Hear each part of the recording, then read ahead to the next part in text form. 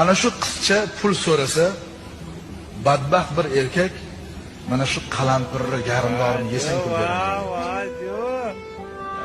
Haligi 8-10 yosh qizcha shunga rozi bo'lyapti. Ukalari bor uyda. Non olib borish kerak. Rozi bo'lib, mayli deb haligini qo'ldagi garmdorini olib chaynab yeyapti. Garmdorini bergan inson hahalab kulyapti. Maza qilyapti. Achchiqmasmi desa, yo'q deyapti. Chunki achchiq desa pul ola olmaydi dedi. Shundoq videoga olib turgan ahmoqni qarang.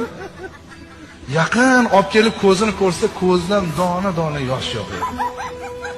Lekin baqirib yig'la olmayapti. Hozir bolangizga achchiq berib ko'ring va uyingizni ko'tarib yuboradi.